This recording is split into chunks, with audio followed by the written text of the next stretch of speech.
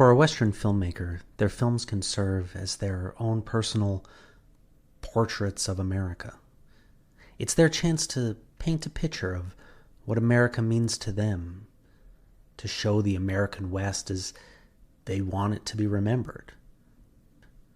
So we never forget what really happened, or who was really there. What's really American, or un-American, whatever that means. They get to choose the tone and the spirit and what to worry about and maybe what not to worry about. But in the end, it's their account. It's their version of the truth. It's their portrait to paint. A portrait often painted in Technicolor or at 7/8 scale. A portrait often painted in blood or gold or gunpowder. It's a portrait painted of horses on film.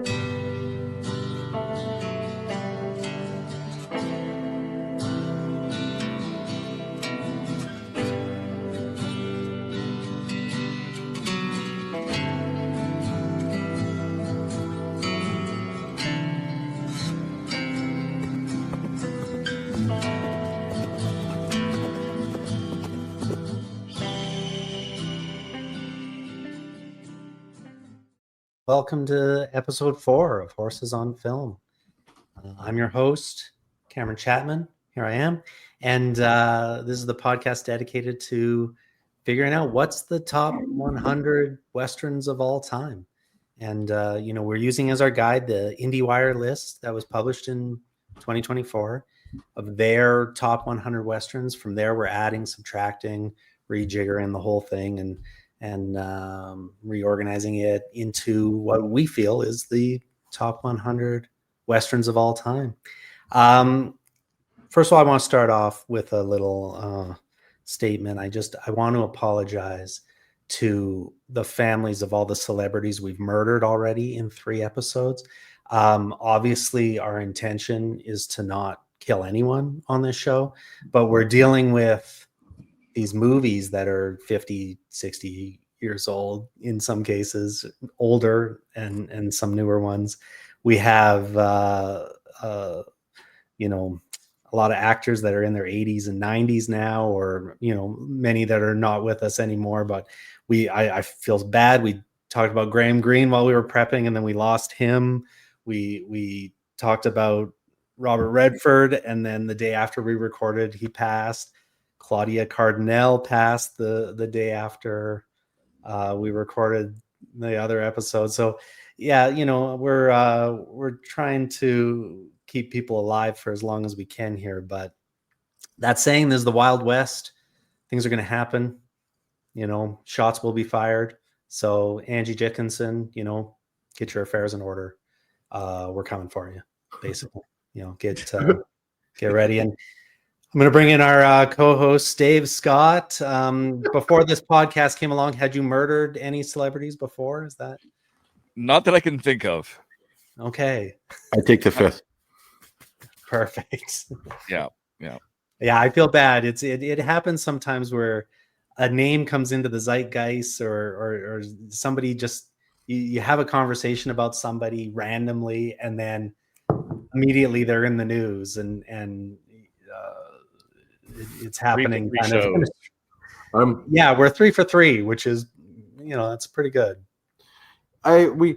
It's like you pointed out. I think it really is an age thing, but it also, I'm a little worried as these people pass on, the legacy of stuff like this will go. But the other side of it, I appreciate when it happens is like when Graham Greene passed, there was a lot of, here's how you find him. When Robert Redford, here's how you find him. And so some of these hidden gems get brought back up. But that being said, I would still prefer not to. I did notice my letterbox was full of Robert Redford movies. A lot of people watching those over and over. I did Spy Games. So exactly. I like Spy Games a lot. So I saw Jeremiah Johnson and some of the stuff from this list popping up randomly. So yeah, you're right. Like, it does kind of remind you of them, kind of get you back into watching some of those things. And Yeah. You know, but you know, these are going to air a little later, so we'll have, you know, we'll kind of go through this again, but we're going to have to keep our eyes out on some of these older cast members to. It's funny because there's so much overlap in cast. I feel like if we did one per episode, we might actually just get them all. It's just, and I'm like, please don't. There's not going to be a lot left by the time we get through 100 movies. So last episode, the Tall T, we listed it at 14.5 out of 20. There was some 3.5s. I gave it a 4. So it now officially sits at number 2 behind Unforgiven, ahead of The Professionals. After this episode, we'll have our definitive top 4 for the first time, and we can adjust it from there. But yeah, it's what'd you guys think? Is that rating fair? I think we gave it, so I think by definition, we think it's fair. I don't think like it's. I think I do. The more I, so the problem I'm having with this genre is the more like as time goes on from watching it, the more I'm like soaking it in, actually enjoying it. But like my gut reaction most of the time was like, I don't like this. Like so, like it's just like. But yeah, I think I do still like the Tall T more than The Professionals. I do like The Professionals though. I actually like being third or second or first on this list is awesome. Like I feel like those movies might hold up compared, but I haven't watched much of it. So yeah, I rank it. You know, Tall T. I would put on my list. I would put it above Unforgiven. Oh, I would. Now you're on my list. Yeah, but barely. I just you know, I said last week I really do love those Bedecker films, and it is really what I look for in a Western. And this one that we're covering today, Rio Bravo, it's an interesting kind of backstory. It kind of gets talked about a lot. I don't want to get too much into it. I kind of alluded to it in that little intro. It was sort of like a diss track to High Noon. When High Noon came out, it was very popular. It was very well reviewed, won awards. You know, famously, John Wayne accepted the award for Gary Cooper when he won Best Actor, and made a joke that he was going to fire his team for not getting him High Noon.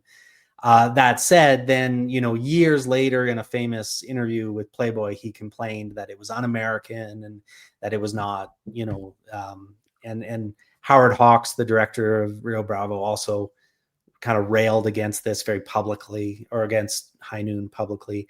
And Rio Bravo was their answer to that. And I'm trying to think, and I couldn't really come up with anything. Have you ever thought of another movie that was like a diss track, like a direct response movie? Is that something that has ever come up before?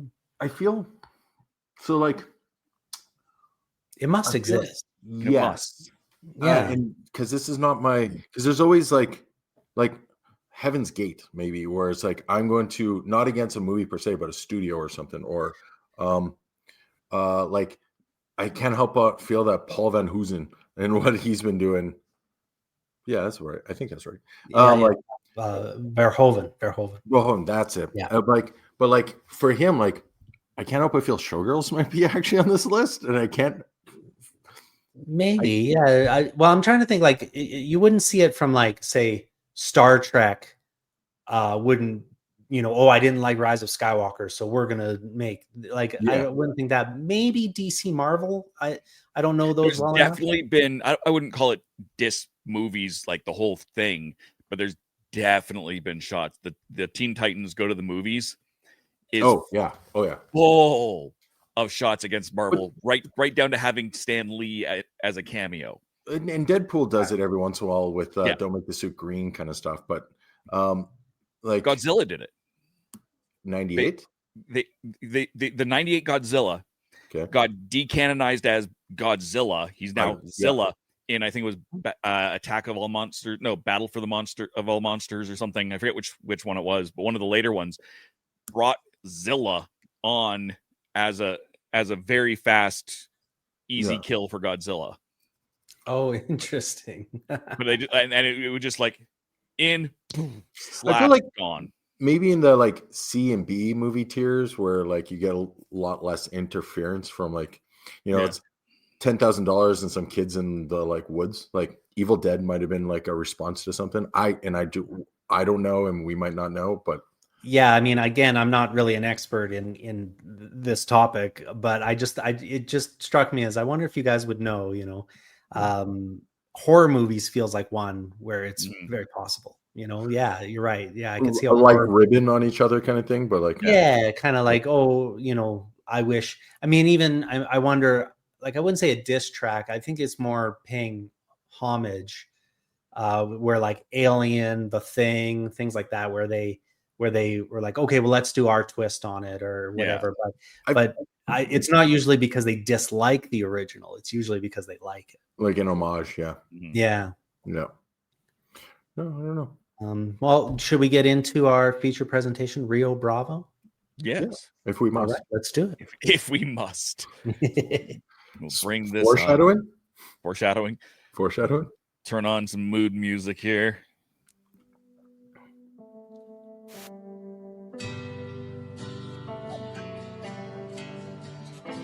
No quarter asked, no way in, no way out of Rio Bravo.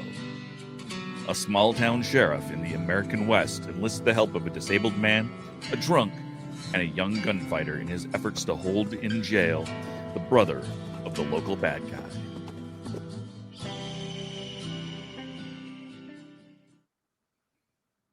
All right, yeah, that's the synopsis according to letterboxd.com. And so Rio Bravo, I said earlier, directed by Howard Hawks. He did Gentlemen Prefer Blondes, His Girl Friday, Scarface, Bringing Up Baby, a lot of those kind of quippy dialogue movies from the 40s and 50s.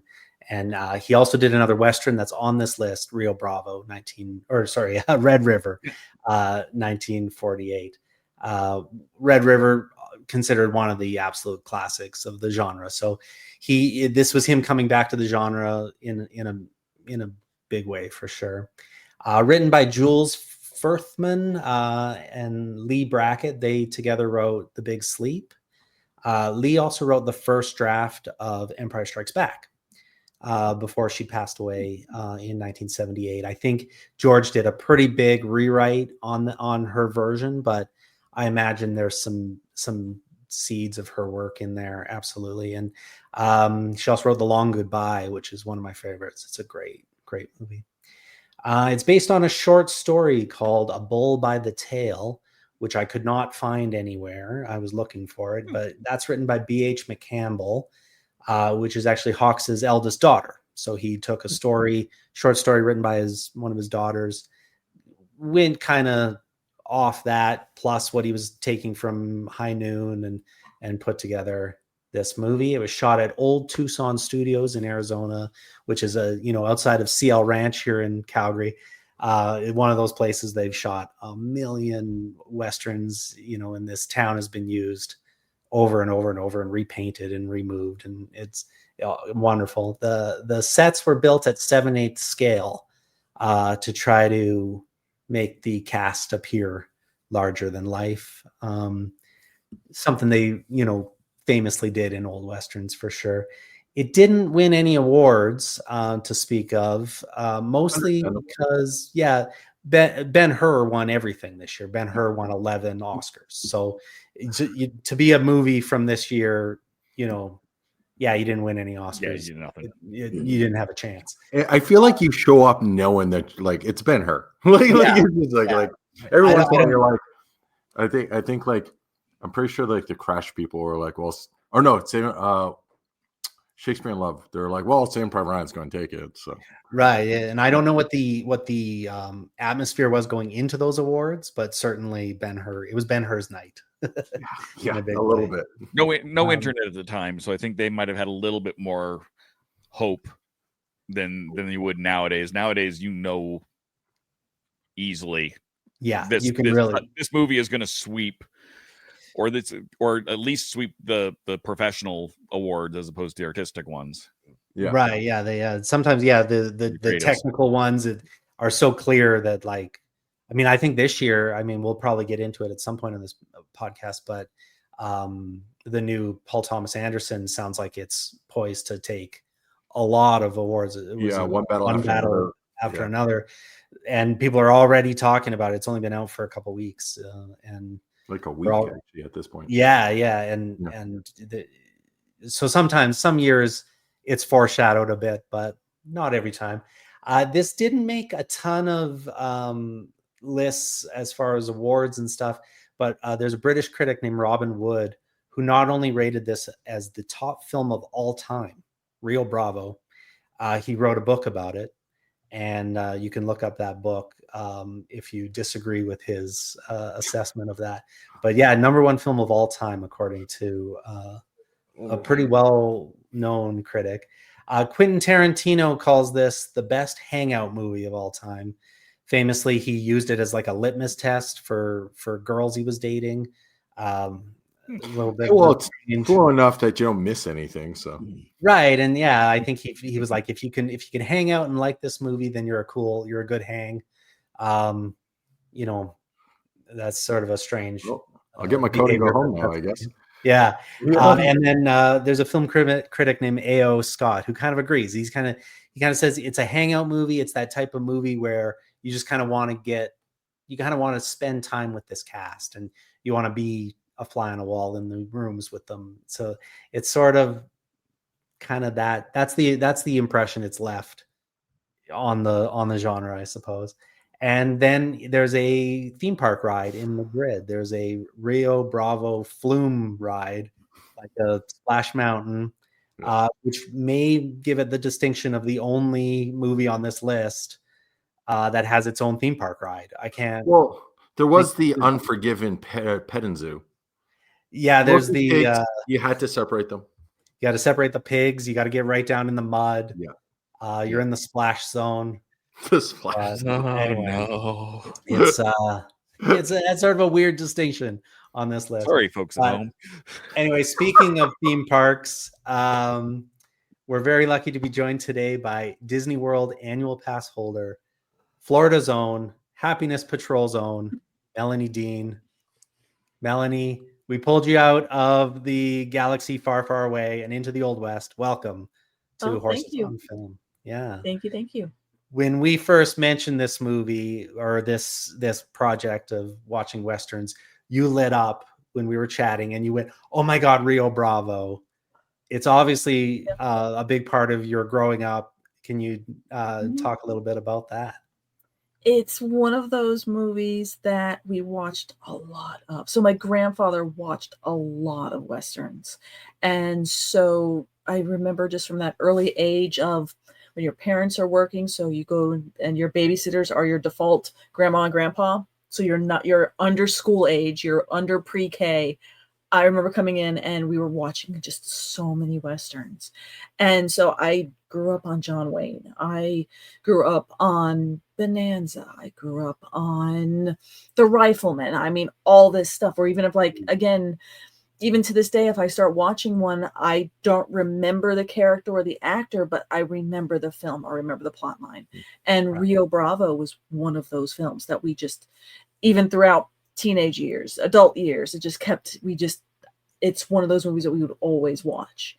And like you guys have known now, my mother's nickname is Stumpy because of this movie.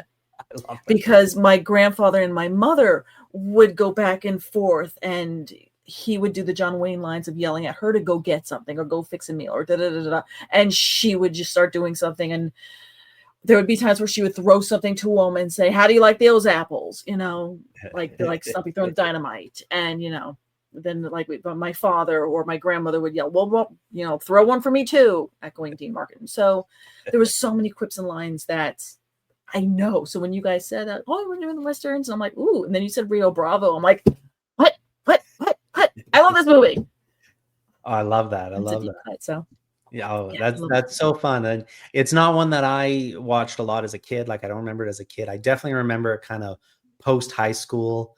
watching this and El Dorado and Rio Lobo and all the ones that are kind of connected to it. How about you, David? You'd seen it before? Or? I hadn't.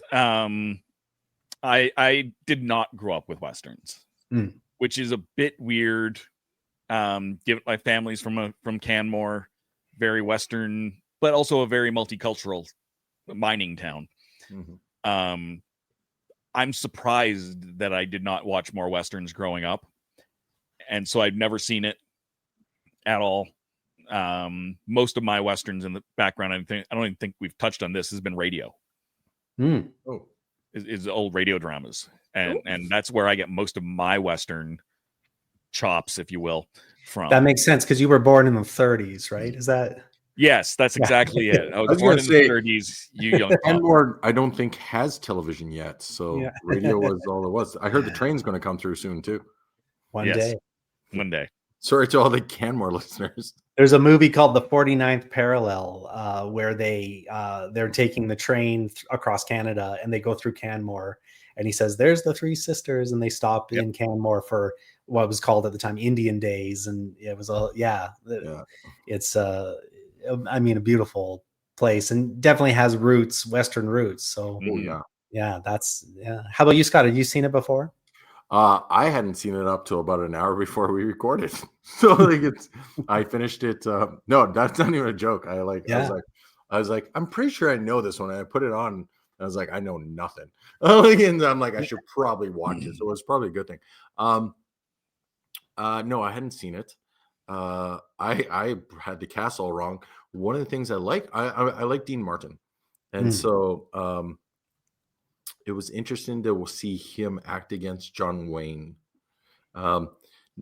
John Wayne likes to like stand there and deliver the lines, and Dean Martin likes to like act the lines and a little more, and that kind of works with his like, coming out of trying to enter sobriety, and that like. There's a scene where he's like, "Look at these hands." I'm like, they're not even shaking. They're just like, "Look at these hands." And I was like, never ending story. Like, look at these hands. And then like that's all I could think of there. And then I was like, is he not going to sing? And then they put a singing number in there. And then they sang. There's a lot. I've probably already foreshadowed more than once. This is probably my least favorite on this list currently. Okay. But I see the merit, and I feel like this is one of those films. If like everyone else, or like Mel, when you're younger, if I'd seen this when I was younger, I think I would really have latched onto this. But it's one of those ones where I'm like, I think I had to be there. It's right. I show people movies from my youth that I've latched onto, and I can tell that if I take like objectively look at them, I'm like this isn't great. like this is like batteries not included, where it's like, I love that film. That film's great. But every time I'm like, you should watch this film, they're like, what do you like about this film? Like, that moment when you start showing your kids the movies you grew up on, and the first time they're like, this movie's slow, or I remember showing I think it was the Rankin Bass Rudolph speaking. We were talking about Rankin Bass earlier, but I remember them being like creeped out by it, and even the Muppets. Like I was so excited to show the Muppets to my kids, and they were like, "It's too real." Like they were brought up on CG animation, and the fact that the Muppets had this like texture, they were like, "Oh, it freaks me out," kind of thing. Now they like it. It took them a little while, and they were maybe too young when I was forcing it on them, too young. But you said John Wayne. This is the first John Wayne that we've covered. There's going to be 6 more. He's our most frequent actor on this list. I picture him as a Western. Like I don't see him in any other genre. I have watched John Wayne films from other genres, but this is John Wayne. Like, this is John Wayne, and this film, this Rio Bravo, it has that kind of laid back, jaunty kind of happy-go-lucky to an extent, that even though they're dealing with kind of serious things, and people still get shot, and it's still a violent, in many ways, Western. It kind of has that, like they say, hangout kind of laid back vibe. Is that kind of what your family liked about it, Melanie? I would think a little bit of that, and as my grandfather and grandmother, so that side's very Italian American, and they still spoke Italian or Sicilian and all that fun. So at one point, it's going to be a lot of that Dean Martin, can do no wrong. So it's an Italian American and something. But maybe it would be a little bit of the laid back piece. I know my mom, she even liked how it was before. Now we have the term woke for everything. Now we watching it today. My husband's like, oh, look, it's woke. Oh, look, it's woke. Because it's a diverse cast in the background. You can see that this is a Western. They're in Texas. There's a lot of people in the background, whether they were Hispanic. I know at least Consuela and Carlos are Hispanic actors. Oh, yeah. But in the background, you even see more people, like even the women just kind of doing that they had, it felt like the sets and everything, this little town was lived in. And watching it as an adult, just even recently realizing, oh, the Undertaker, he's Chinese. He's a Chinese immigrant, and he's wearing period appropriate. He had the attire, and he had the braid in the back, and he was just Bert. And I feel like it was Bert. We're going to get that. He's like, yeah, we're good. Yeah, they spoke to him with a certain level of like, let's call him. He's the professional. He knows what to do, and he says, what am I supposed to do with these bodies? And he says, you're the Undertaker. Like you're on it. Like. Yeah, there was definitely a level of professionalism within respect is the word. Like it never felt he was talking down to him. Even like physically, yes, he was on a horse at the time, I think. But like it always felt like this town, everyone, like a community. One of the things, as Mel was pointing out, is this is our first movie on the list that it pretty much takes place in a town for the most part, the whole film. Unforgiven, we get to a town, but that town feels not as lived in as this. This, like, she's 100% correct. Like this is a community. This is people who know each other, shop on Sundays, do that thing, right? Or shop and there was rival businessmen, like the businessmen that owned one saloon compared to Carlos's saloon, and there was when the stage came into town, it was a big deal, and when the stage left town, it was a big deal. There was. It definitely felt like a lived-in town, and like to the point of respect, Carlos and Chance were friends. He said, "I'm talking to my friend the sheriff," and they were, John T. brought him his package of those strange red pants that pantaloons. They were so alluring. I didn't really understand that, but you had to be there. I think it's of the time.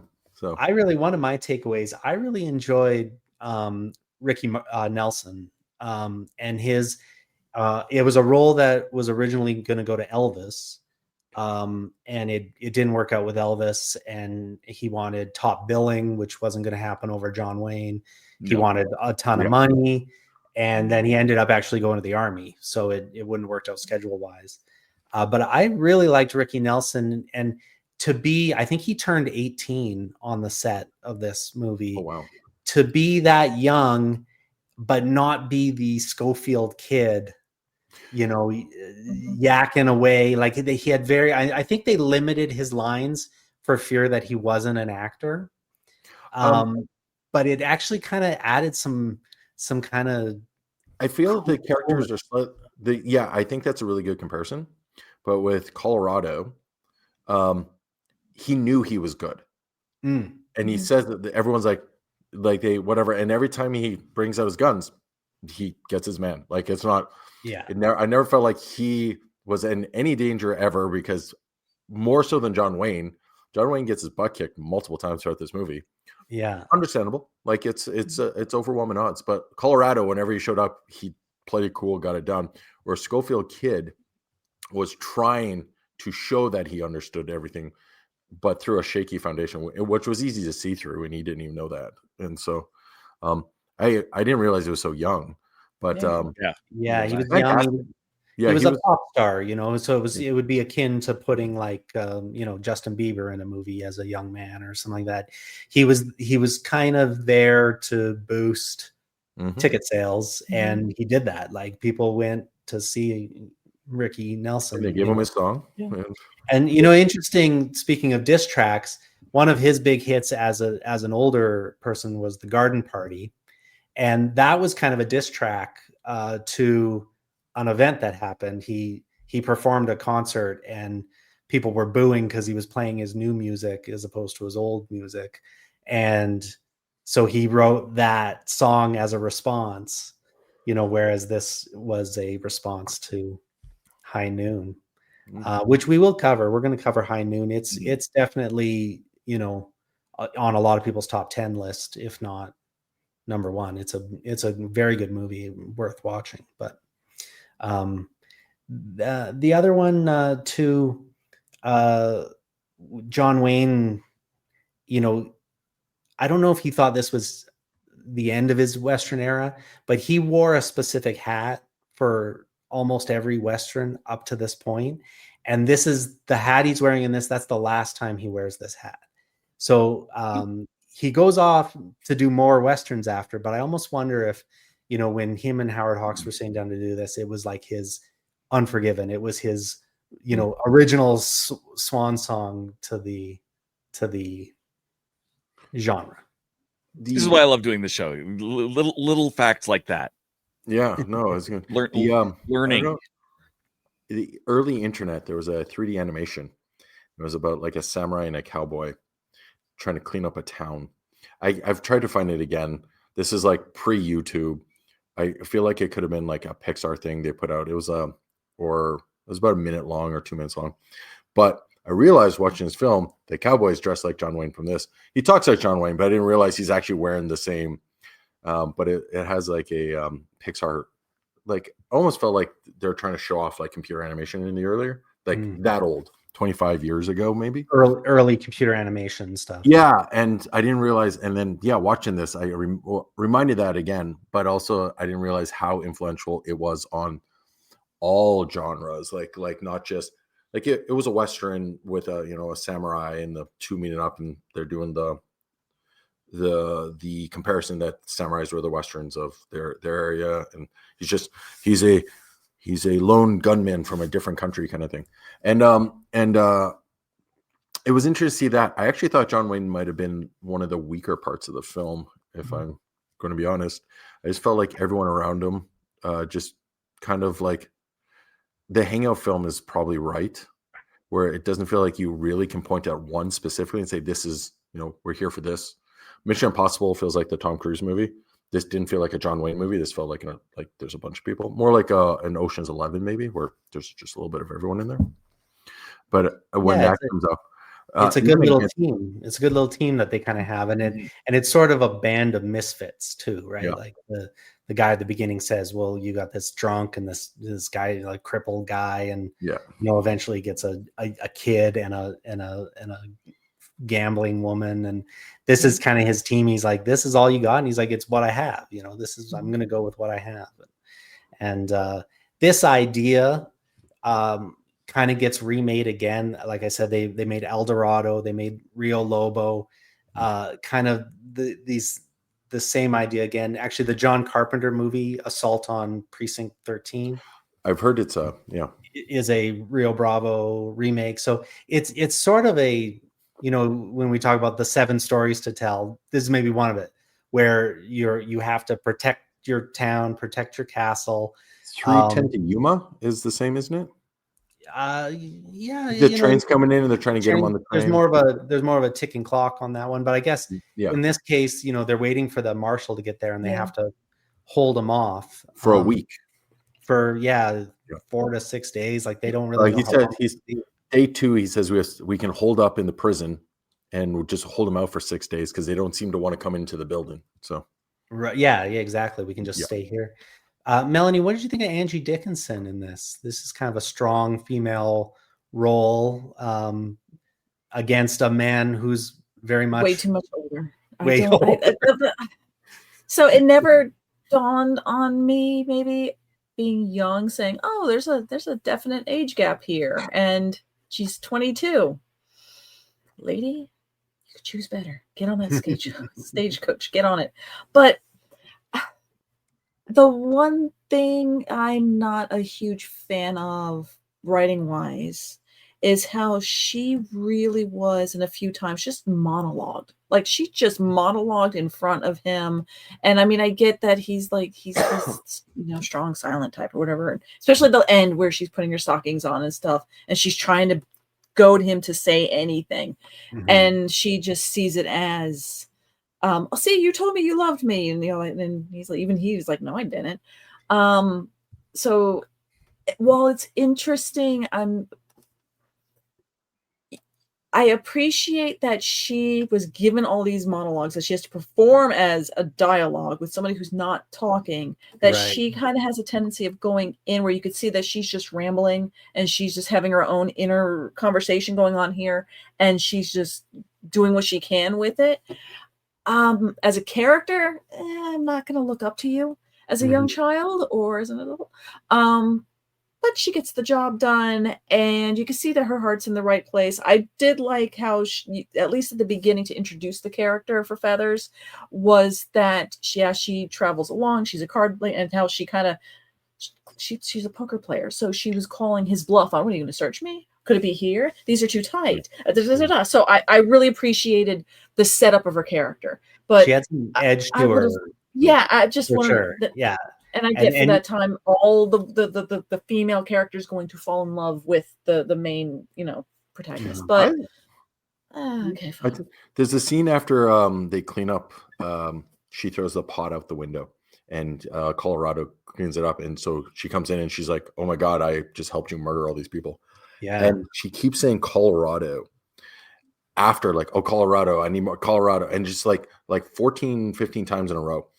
And I don't know if that was her being like, "I'm shocked by what just happened," but I feel like this is a character that might have seen this before, based on her. Well, yeah, like I feel like she's had her share of, run-ins and scrapes with the law, and she's kind of always on the edge of the thing, but maybe not a full-on gun down like that before. I think she was a little rattled.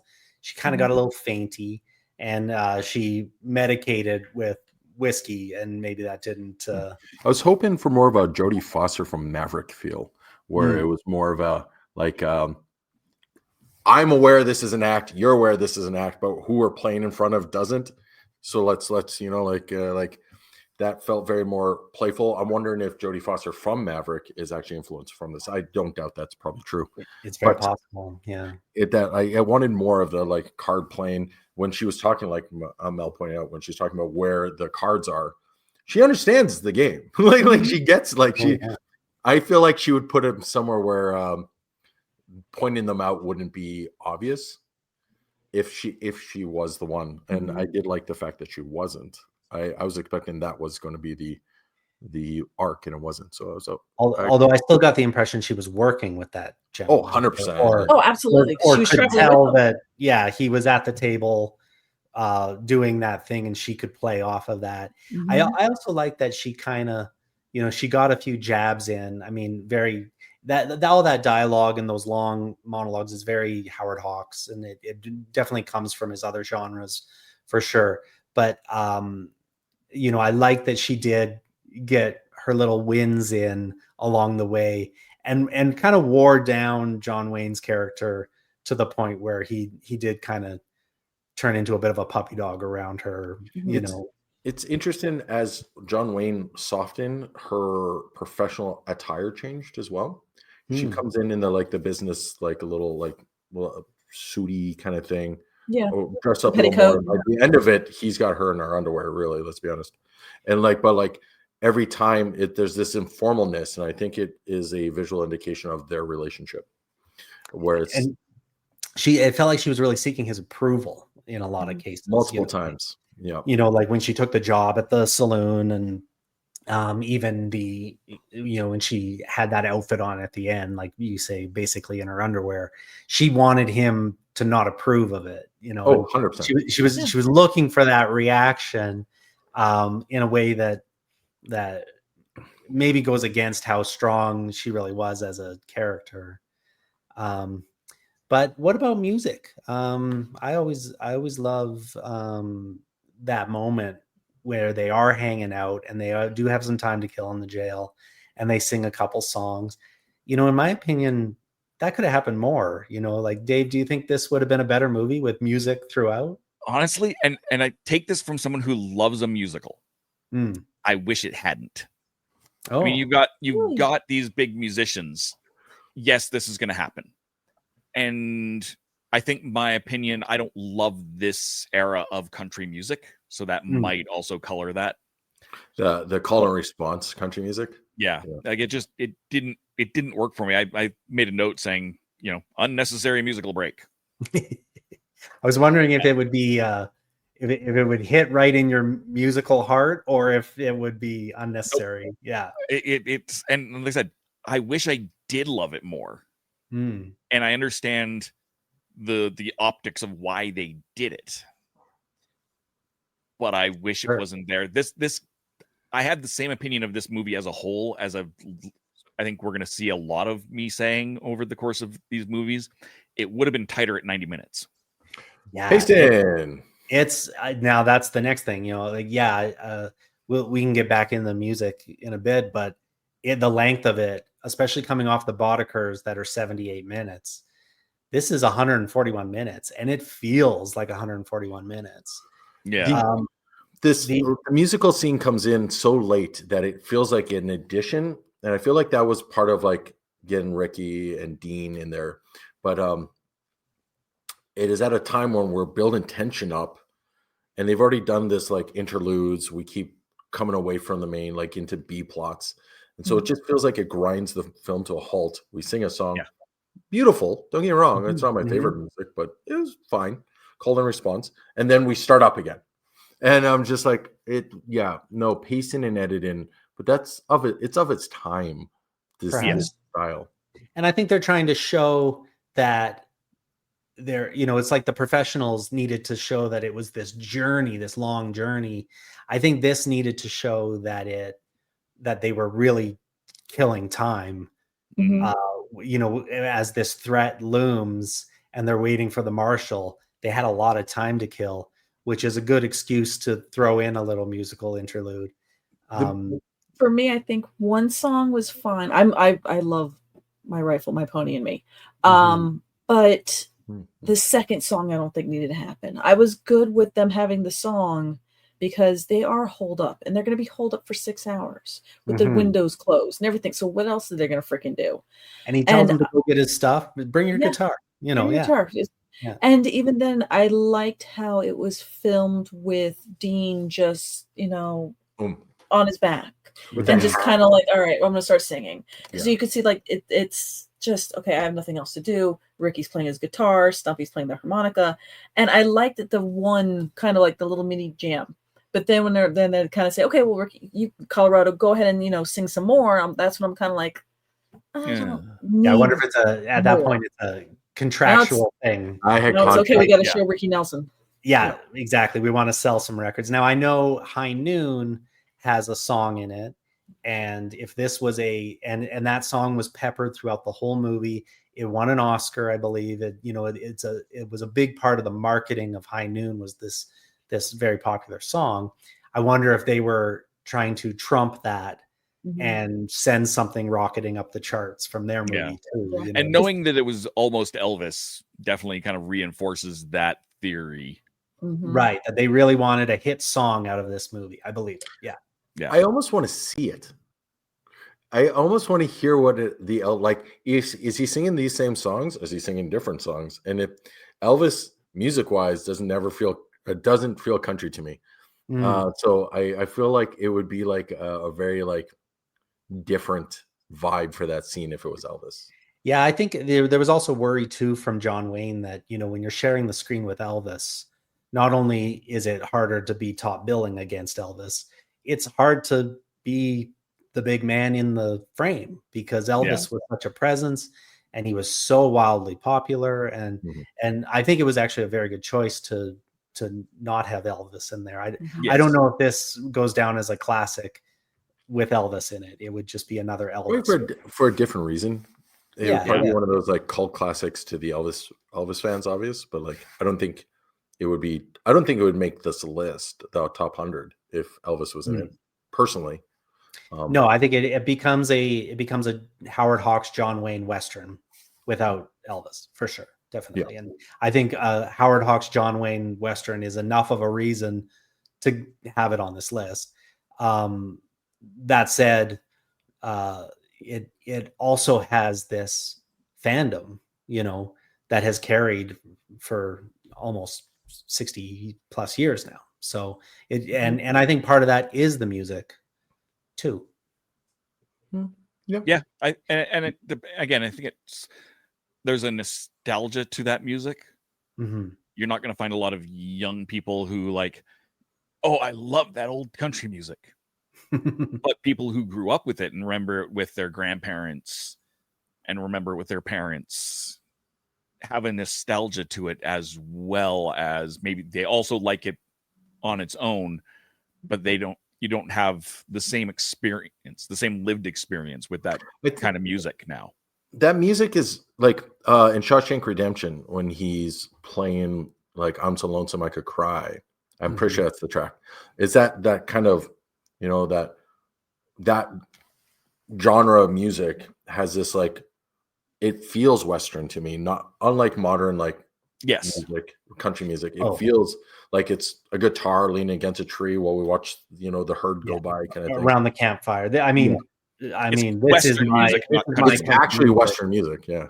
I listen to 50s country all the time. Even for someone my age, I think, when I'm driving my wife and her friends somewhere, that the first thing they say is, okay, you can drive, but don't put on Hank Williams. Yeah.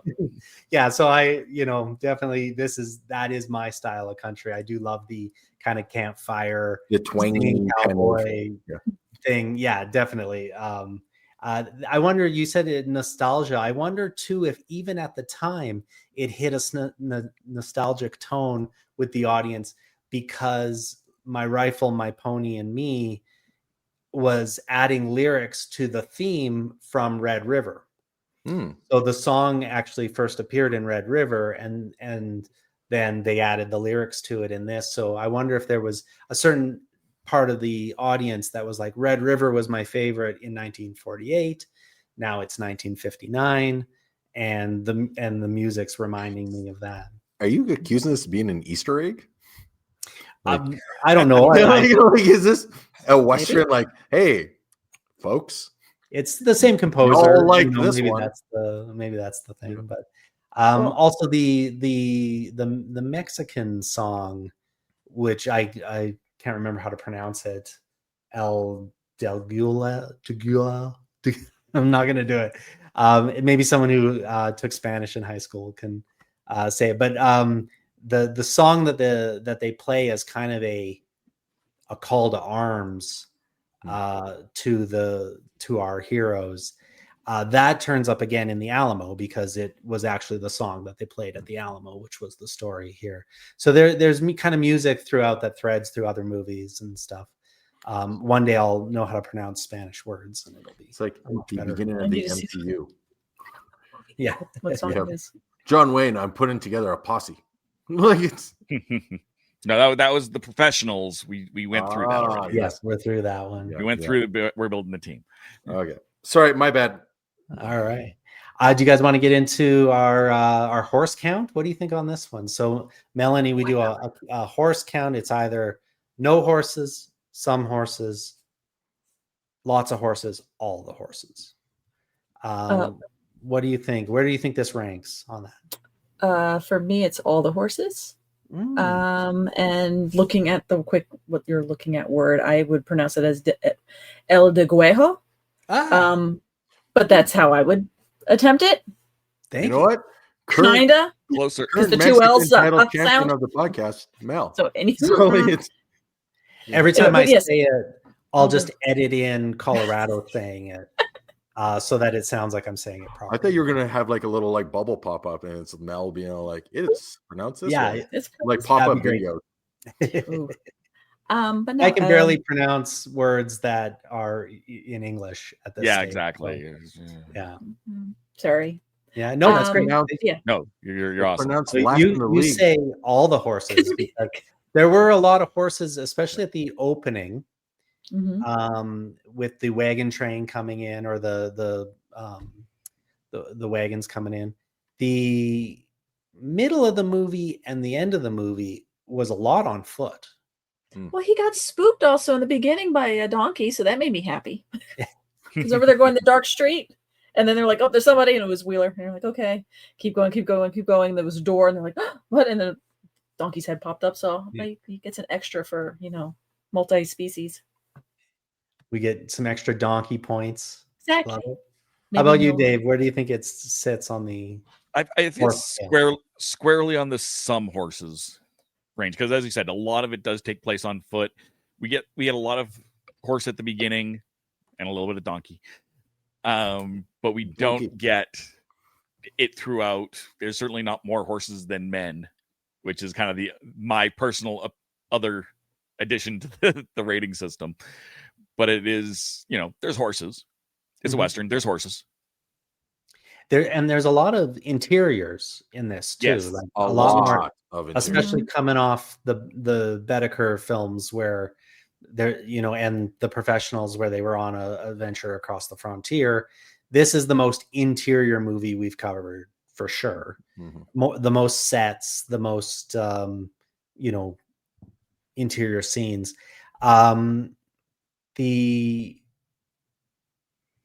concern, I guess, with that is that it gets a lower horse rating with those interiors. What do you think, Scott? Like, do you think you'd still the high end of none is, or the low end is some? So we have all the horses and an almost none. I think as the guest, Melanie doesn't realize like the other films and to compare where I think we are comparing to what, because I think Dave's explanation, I can see where Mel's coming from 100%. Oh yeah. Totally. There's a lot of especially when the Wheeler comes to town, they're all on horseback. There's so many horses there. But yeah, from that I would say lots of even horses. when they try to come in, and because I was also thinking the scene when they come in and they get dude and they hog tie him basically, and and John T's, and there's horses back there, and then as they're running and the puck gets thrown, Colorado kills them, blah blah blah, and the one jumps on the horse and goes running, and he's able to get that rifle shot off of just hitting the guy, and the horse keeps going. In my mind, I love the fact that he goes quick. He tells I think it was Carlos, go get the horse. I was like, get that horse. We're not losing horses. Yeah. He comes back with a dude's horse. I was like, yay. When he's got dude down on the one end, but you got the guy, because they've switched places because he's hogtied and he's trying whatever. And all I can picture is like, I don't think my comm is working. And it's just from Star Wars. And that's all I had in my head watching this, being like, oh, his comm's not working. That's why you can't talk to him. And dude gets another hat because Stumpy blew the first one to pieces. Then the other guy steals this one, so he gets the red guy's hat. Yeah, they're like, he left it behind. It's yours now. There you go. Yeah, he switches hats a lot in this one. And he talks about taking the money from the pockets and giving it to him too, right? It's lucrative to be a sheriff. I am finding out eventually. So, and another thing at the beginning of this movie, and we haven't got into a silent film yet, but we will get to silent films on this list, at some point. There's a very long sequence, which I think was Howard Hawks' ode to the silent era, where there's really no dialogue and, just a little bit of sound effect. And that's kind of a big moment, because that's where the bad guy murders somebody. And that's what kind of starts this whole thing. And the idea of dude, just thirsty for that money so that he can get drunk. That so much so that he'd reach in a spittoon full of tobacco and spit to get it out. And that kind of came up a few times too. Yeah. But did that strike anyone? I loved that sequence. Yeah. It really, I think it takes a special sort of filmmaking to be able to pull it off. And it did. It's funny because the come to Jesus moment later on is all about that moment. When he's like, next time, someone throws $1 in the spittoon, don't turn to me. It's yours. like I'm not going to stop it. And then very quickly he goes, yeah, you're right. Almost actually kind of like Angie Dickinson at the end of the film. It feels very similar, where it's just like a very quick conversation overall, and you're like, you're 100% right. I should leave my morals at the door.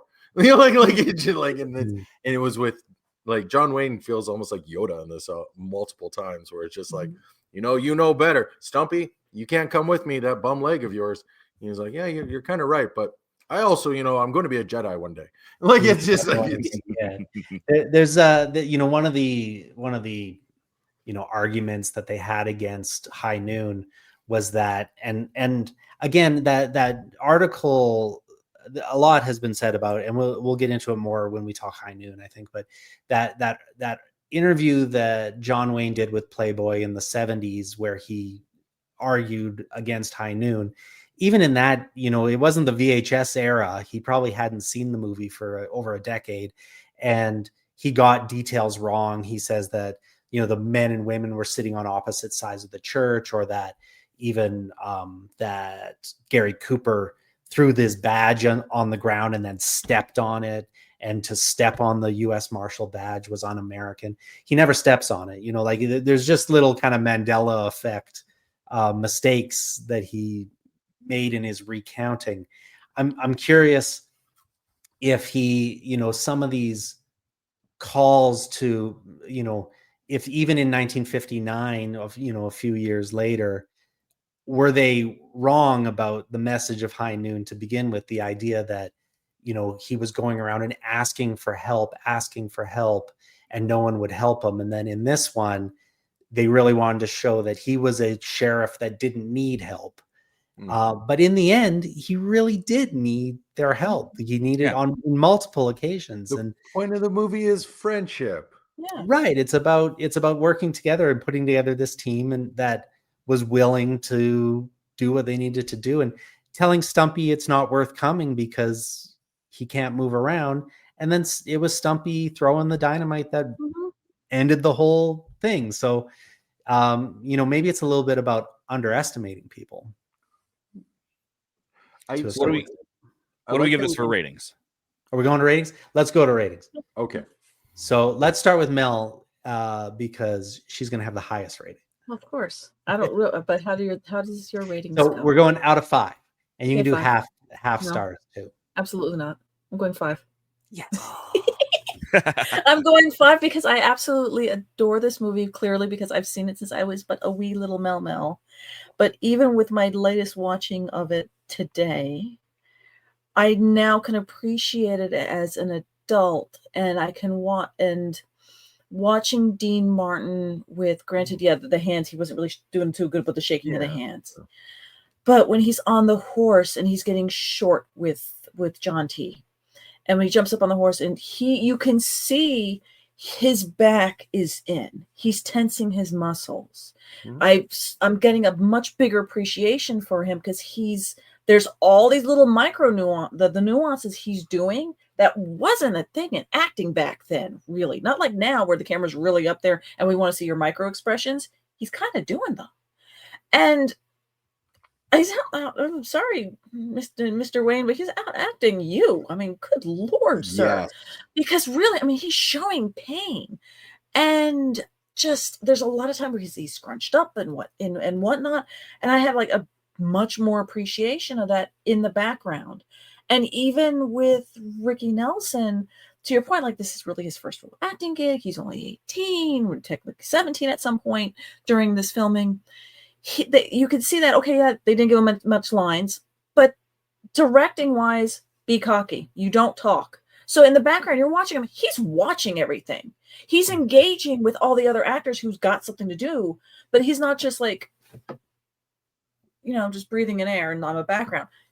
And every other actor is doing that too. All the backgrounds that are uncredited, they're engaging, they're looking, they're kind of. So yeah, I absolutely adore this movie. 5 stars. I love it. And it really is character over plot. Even though there is a plot, it really is it reminds me of those things where, certain movies you see where it's like, okay, yeah, we really rehearsed, we really got together, we really like worked out scenes, and definitely like found ways to like build these characters into something truly lovable. They really truly are lovable. Like is there a more lovable character than Walter Brennan as Stumpy? And Walter Brennan steals every movie he's in anyway, but I don't know if there's a better role than Stumpy in this. I'm at 4 stars for sure. I think I'm going to work this around so that we get from highest to lowest. So I think it probably will work I'm on a curve, and that's where I'm at. We got 5. I'm 4, and I've very few issues with this movie. I think it's incredibly rewatchable. It's easy breezy. It's it does kind of still deal with those Western elements. I love like we said earlier with the town. I love that it's a lived in, livable town.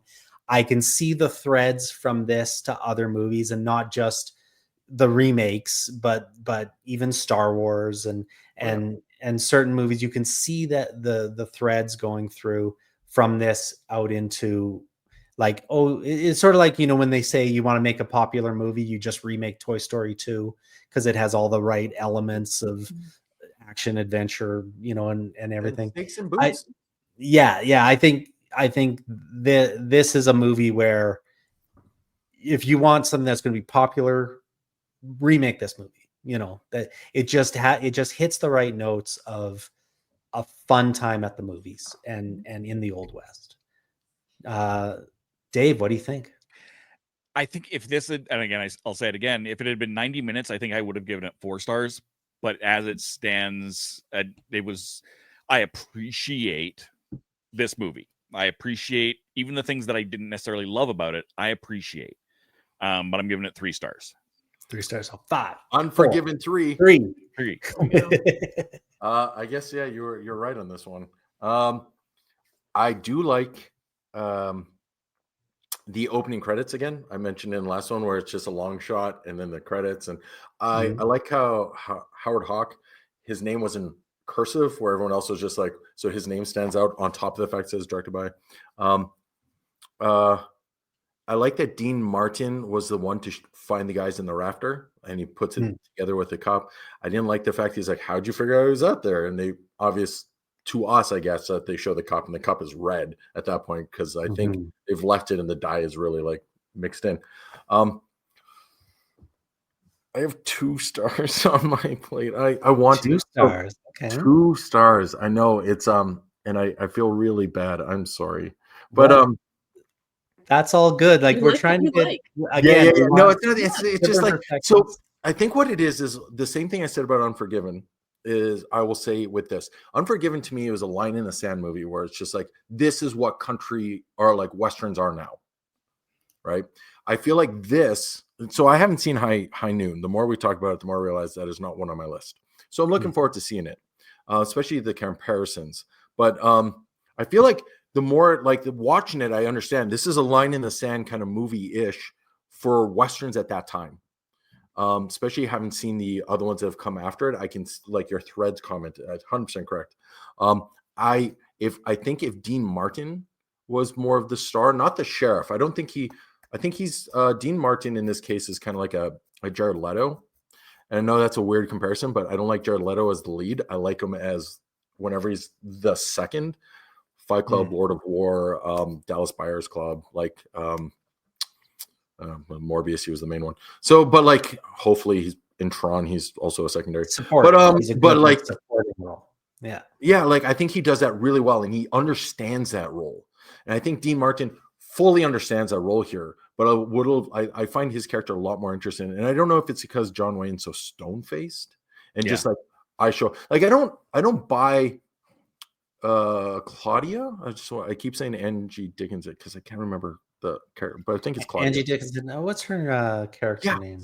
That's just it. I can't. Feathers. Oh, Feathers. Yeah. No, Feathers is right. Feathers is right. That's what they refer. I don't see her fall in love with this dude. There's like, I don't. There's a really, in my opinion, there's a really good movie about waiting 7 days to like you're kind of waiting out 7 days with this impendingness. And the movie Seven, obviously, like I know it's, but every day it says Monday we're dealing with this, Tuesday we're dealing with this, and that really helped with the pacing of that movie. But that's also a newer movie. This one I've never felt like it never felt long because we're waiting. It felt long because the runtime. And I wonder if they would have made a bigger deal about saying like the movie Patterson, where there's a screen that says Monday, and then if they made a bigger deal about, hey, last night I slept here. Like they talk about every time they go to sleep and every time they wake up, kind of, but they could have been like, we've got 4 days, we've got 3 days, we've got 2 days, we can hold them off. Yeah, they could have put like almost a ticking calendar on it. To kind of make the runtime feel I feel like honestly the cards, like you mentioned there, would have actually made me like the film more. It would have given me one of the things when I watch a film I keep in mind is how long it takes me to check my watch. Because like in a theater or something, my watch is dark, I'll look at my watch and be like, oh, like Dune, the second one, it took me like 70 minutes before I was like, cool, we're in this for a while. And a lot of that is because I understand the runtime of the film, because I know that that I'm okay, which act are we in? How close am I going to get my answers? Here I had no clue. Like it just felt like well, I think it's because it was kind of little tableau scenes of them hanging out like that. It kind of, I wonder if they were just like, how do we cut this scene? We can't cut that scene. Oh, they're so cute in that scene, we got to keep that scene. But it didn't necessarily have like it wasn't a plot driven. No, it kind of felt like a variety show. It's a hangout movie. Yeah. That's the Star Wars holiday special of Westerns. Where we're just showing a little bit. The musical makes sense when you think of it that way. It really does. We're all connected. We just need Wookiees and I wouldn't go that far, but we'll that's another show. Spoiler for another podcast, I guess. But this will be out after that, I think. So but I think so. Like where we're just anthologies 2.5 hours into one movie. Like I was watching a thing on Captain N today, and they're like, hey, Captain N and the Game Master was just like bits and pieces from all these shows they tried and thought failed. And they're like, let's glue it together. And they released it. And that's what this feels to me like. Okay, it's, like we've done segment A through D. It's time for the music guest. And then we get a music. And then we're like, oh, crap, there's a film too. We should probably go back to that too. Yeah. And I think that's a lot of the reason why they went back to this well. And I've alluded to this. Let's get into movies from off the list. So El Dorado and Rio Lobo were both kind of remakes of this, where they just kind of went back to the same recipe of, there's someone in a jail and we have to hold off the bad guys coming in while you're like stalling for time kind of. And they are really swell hangout movies, and I really enjoy El Dorado. It's got James Caan. And, that, it kind of, he elevates it.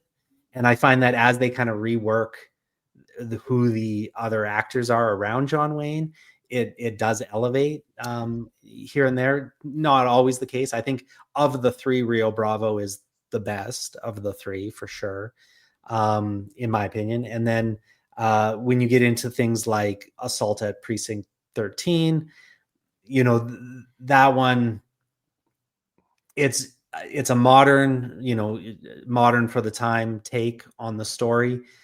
What they were missing that Rio Bravo has, I think, is a purpose for the bad guys. Whereas in this, they're wealthy businessmen. As soon as they find out, oh, his brother's in jail, he's not going to like that, and that idea of they're going to bust him out of the jail is sort of, Trump's in Assault at Precinct 13. They're just mad at the police. Yeah, because there's been a murder and they're mad. So they're just attacking without recall. I don't know. It I feel doesn't ring as true. I feel a better use of that whole we have to, and we'll cover it as the proposition. And I brought it up before, but that whole we have your brother, and we kind of want you. In this case, it was more just like we just want to bring him to justice to show you guys aren't above the law. But that like someone's in jail and someone's going to come for them. I feel, and again, that's a newer movie as well, so it's 2007, I think. But that building tension is what I wanted. But I always felt like the Hangout movies, you know what? The more I think about it and the more you say it, the more it's 100% correct, because no one cares. Like it's like it doesn't like it. We're having these moments of vignettes, but like it doesn't. I didn't really don't think anyone cares about the dude in the jail. We're just going to sing some songs now. Like and it just felt like it's like Dean Martin was like a Christmas special, going from scene to scene, being like, okay, we're gonna see about that John Wayne and the Flowers lady. Let's see what they're up to. And then like the camera would pan and they're upstairs being like, he's like, oh, aren't they crazy? Okay, let's see how the guy in the jail's doing. And we get there and we go and the camera pans over and like, man, those are some crazy stories there. Like, I wonder if it was so popular because that's really what people wanted in that moment in time too. And I think so. Cause one of the notes I made is this was 1959. It became a bunch of stereotypes, but I don't think it was those stereotypes in 1959. You didn't have the castle defense necessarily. Everyone's, my brother's in jail, I'm breaking him out. Okay, that one was even then was a little bit old in Westerns. That was a pretty standard plot. But, a lot of these things weren't as I won't even say overdone, but weren't done to the extent in 1959 that they have been today. And that was one of the things I appreciate. I had to put in my head, right, this is not, we're not seeing the same thing. You have to put yourself in 1959 to a certain extent for this movie. There's another movie on this list called Day of the Outlaw. And this is a spoiler alert. This is one of my all-time favorite movies. It's one of my all-time favorite Westerns. It's 1959 as well. And I remember, I looked at my first Rio Bravo Letterboxd review when I started watching Westerns after joining Letterboxd was, I can't believe this came out the same year as Day of the Outlaw. Because Day of the Outlaw is so, it's just tense and serious. And there's this level of danger of these people that are, we'll get into it big time on that episode, but there's just this real sense of gravitas and terror. And this couldn't be more different, and the fact that it came out the same year goes to show, obviously, you get lots of different tones, and that's what it's up to the filmmakers to decide what kind of movie they want to make.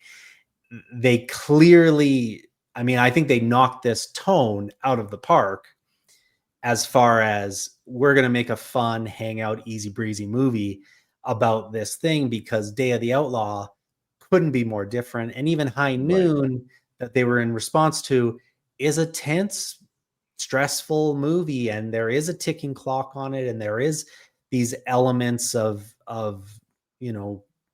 fear that you don't really have in this movie. So I think this is a successful venture of this movie that they set out to make, for sure. Even when they're throwing the dynamite, I love the fact that the comedy really is happening, because Chance is yelling, John T is yelling at Stumpy to throw it harder, and he's like, "Come on, you don't have an arm? What the heck?" And he's like, they're bickering back and forth. He throws it, then dude asks him, "Throw one for me," and then when he does it, it takes him 2 shots, and the first thing that happens is John T's like, "It took you 2?" And he's like, "Oh, the wind took it."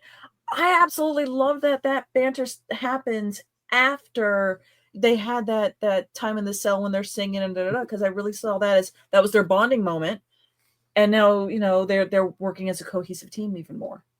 And this is the big shootout. This is the most dangerous moment of the movie. They're literally throwing dynamite. Like, yeah, but they're still ribbing. You want me to blow up the building? Yes. They set up the dynamite too with the wagon outside of town thing. I like that was I liked a lot that they better keep that outside of town in case there's trouble. And what I find with a lot of these films is they'll set something up just because they think that's just should be, and it never comes back because they're like, it's just Woody, did you drive your cattle in? All 78 of them, boy, and the one got lost, and they'll go on for like 5 minutes, and then like it doesn't pay off anywhere else. It's just we're slowing down to be like, here's some country jargon. And but this one does, and this one does. Yeah. All right. I think we got our ratings. We got everything. We can say next week we're going to number 27 on the list. It's 1974's Blazing Saddles, directed by Mel Brooks, who is 99 years old. So you guys be careful what you say about him. I swear to God, he's got to get Spaceballs done. Maybe we'll just call him the director that we will not name, just to be safe, because our track record is not great. It stars Gene Wilder and Cleavon Little. 93 minutes. It's a comedy. It's widely considered the best Western comedy. It's one of those things that if you made a list of the top 100 Westerns and you didn't put Blazing Saddles on, no one would take you seriously. I don't know if I love this movie. I'm going to watch it. I haven't seen it in a long time. Yeah. I'm going to watch it leading up to recording, and we'll see if I'm won over by it. But I do know, I mean, there's the running joke. You could never make Blazing Saddles nowadays because Mel Brooks owns the copyright or whatever.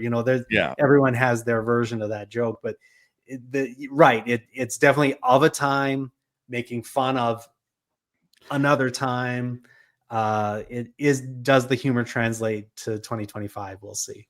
I actually love that Mel Brooks just understands the moments and just goes, okay, let's just like make like a journal encyclopedia. This is the moment when he makes his films. This is what's going on, and you can see it in all the films. And it's I'm looking forward to that discussion. Yeah, same.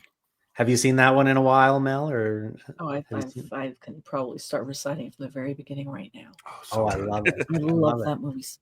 I feel like that movie is a hangout movie too.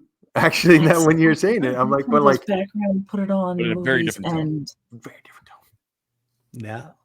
All right. Absolutely. Well, we'll see. Okay. Well, let's start with you, Dave. Where can we find you out in this world? All right. So generally speaking, you can find me at youtube.com/therathole.dotca.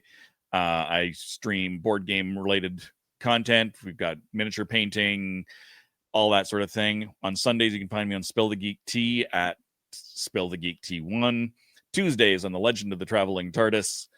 And the first Thursday of every month on The Happiness Patrol, along with all three of these other panelists, youtube.com/@Happiness Patrol Show. So if you want to hear more of the four of us talking, that's the place to do it. Talking Star Wars on Happiness Patrol. Melanie, yes. Other than Happiness Patrol, where can we find you? You can also find me talking about Doctor Who on Earth Station Who. So you can find that on Facebook. I'll look at just anywhere on the socials there.